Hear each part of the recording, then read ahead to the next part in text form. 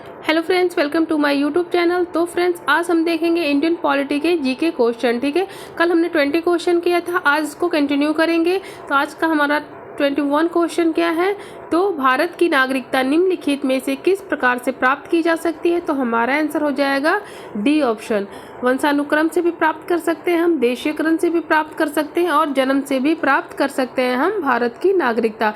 ठीक है, इसका उल्लेख किस में किया गया है, तो इसका उल्लेख भाग 2 में किया गया है और अनुच्छेद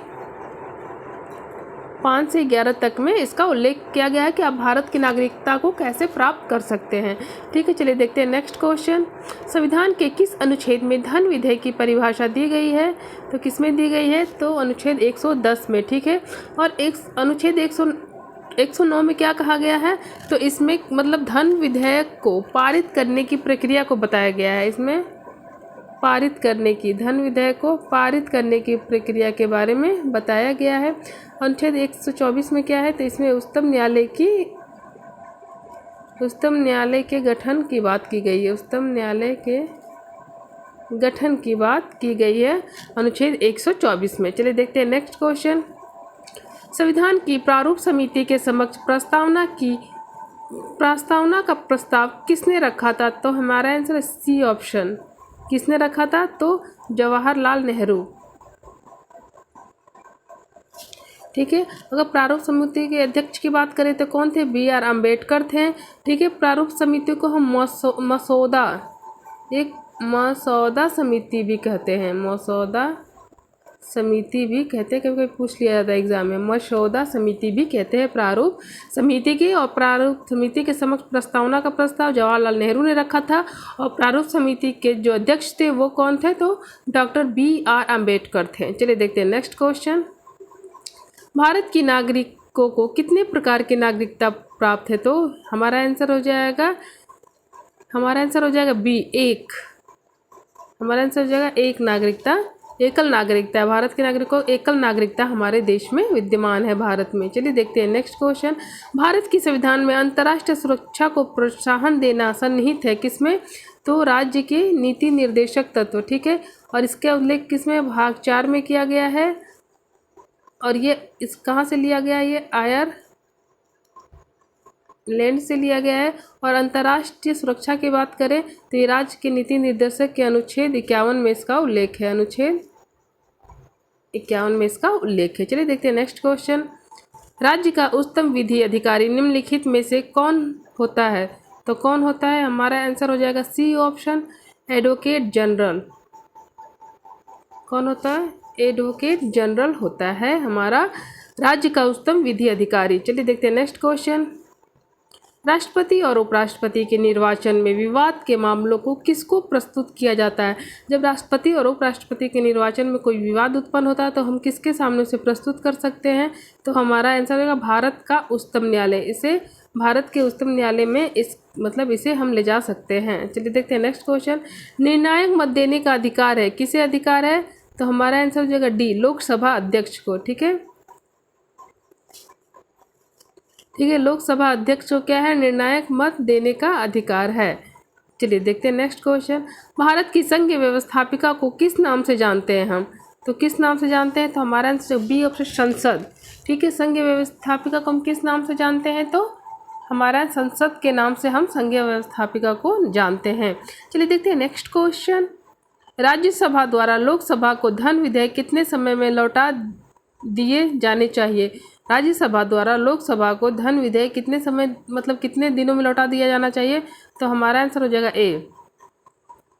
ठीक है, ये जो धन विधेयक होता है ये केवल लोकसभा में ही पारित किया जाता है, लेकिन इसे मतलब राज्यसभा के पास 14 दिन के लिए इसे मतलब भेजा जाता है। अगर 14 दिन के बाद भी राज्यसभा इसे नहीं लौटाता है तो वो जो धन विधेयक है वो अपने आप ही स्वयं पारित हो जाता है।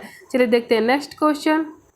सर्वोच्च न्यायालय किस संस्था का निरीक्षण करता है, तो हमारा आंसर हो जाएगा ए ऑप्शन, अधीनस्थ न्यायालय।